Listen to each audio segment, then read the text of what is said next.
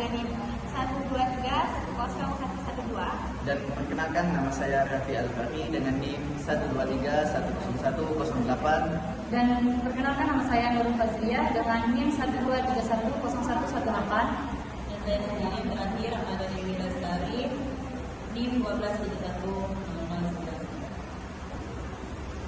Baik, untuk mempersingkat waktu, pembahasan yang pertama yang akan disampaikan oleh saya sendiri, yaitu adapun yang pertama adalah metode penugasan. Nah, metode ini adalah metode melatih murid untuk melaksanakan tugas berdasarkan petunjuk yang langsung diberikan oleh guru. Nah, tujuan penugasan ini yaitu agar murid mampu memperoleh pengalaman langsung nyata, bekerja mandiri, dan jujur. Nah, metode ini dapat melatih kemampuan siswa untuk percaya diri bahwa mereka itu mampu sudah menguasai tugas-tugas yang sudah diberikan oleh guru. Nah, adapun yang kedua adalah metode simulasi.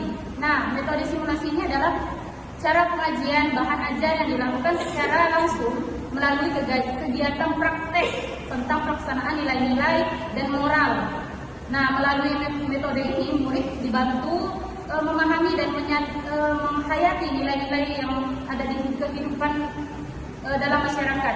Nah, metode simulasi ini bisa contohnya itu di dalam Pancasila mencontohkan kegiatan yang ada di masyarakat, yaitu nilai-nilai dan moral dalam kehidupan bermasyarakat. Baik, untuk pembahasan selanjutnya yang akan disampaikan oleh teman saya, yaitu Raffi Al-Fahri. Baik, di sini saya akan menjelaskan tentang metode yang ketiga, yaitu metode cerita, dan yang keempat itu metode tanya jawab. Yang mana di metode cerita ini merupakan salah satu cara untuk menanamkan suatu nilai-nilai atau moral kepada murid dengan mengungkapkan karakter kepribadian tokoh-tokoh tertentu. Di sini guru bisa menjelaskan tentang pendidikan kewarganegaraan kepada anak murid-muridnya, yang mana bisa menceritakan tentang tokoh-tokoh cerita dari hikayat, legenda atau cerita dongeng sejarah yang bersangkutan dengan pendidikan kewarganegaraan yang lokal. Yang adapun yang keempat, metode yang keempat dalam pembelajaran pendidikan kewarganegaraan, yaitu metode tanya jawab. Dalam metode tanya jawab ini guru dapat menyajikan dalam bahan ajar melalui berbagai pertanyaan dari gurunya. Jadi guru ini dalam metode tanya jawab, guru ini bisa menyajikan dalam sebuah pertanyaan yang diajukan kepada anak muridnya. Yang mana dalam tanya jawab tersebut itu guru harus memberikan pertanyaan tentang yang berkaitan dengan pendidikan kewarganegaraan, seperti contoh pertanyaan Pancasila, tokoh-tokoh dalam pendidikan kewarganegaraan. Baiklah, itulah dalam metode yang saya sampaikan, yaitu pertama tadi metode cerita, yang kedua metode tanya jawab. Adapun materi selanjutnya yaitu kepada Marcella Anastasia kepadanya. Baik, di sini saya akan menjelaskan tentang metode ceramah. Yang kedua itu tentang metode diskusi. Nah, metode ceramah ini dalam penyajian bahan ajarnya melalui penjelasan dan penuturan tulisan guru kepada muridnya. Metode ini tuh lebih tepat digunakan apabila bahan ajar itu mengandung informasi baru dan memerlukan pembahasan dari gurunya. Nah, jadi dengan metode ceramah ini murid itu tidak hanya mendengarkan, tapi murid itu tapi murid itu dapat berbicara dengan penjelasannya dalam pembelajarannya. Nah, yang kedua itu metode diskusi.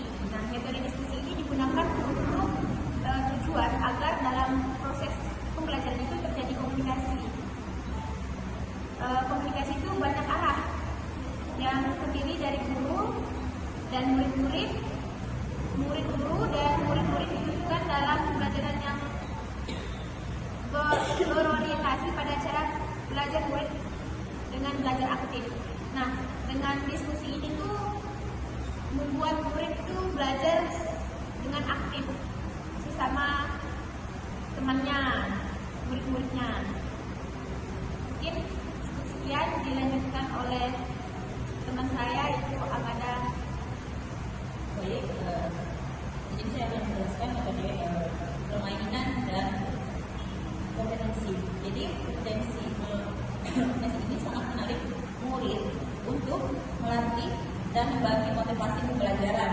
Jadi keputusan untuk menciptakan suasana dan senang dan belajar dengan suasana senang ini, maka materi pelajaran itu sedikit kita belajar, ya sedikitnya kayak sedikit demi sedikit ada permainan. Jadi biar ada motivasi, biar ada jenuh dan bosan. Jadi guru harus menciptakan permainan atau teacher briefing dan seperti kayak permainan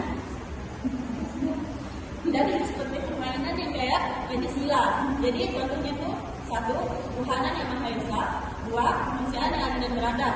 Jadi itu tuh kayak diulang, siapa yang bisa menjawabnya seterusnya itu dapatkan hadiah. Jadi biar nggak jenuh untuk belajar. Nah, jadi pesan moralnya dan sesuai dengan ketentuan pendidikan kewarganegaraan pendidikan. Sekian dari saya. Baiklah, itulah tadi hasil presentasi kami dalam metode pembelajaran pendidikan kewarganegaraan. Kami akhiri, wassalamualaikum warahmatullahi wabarakatuh.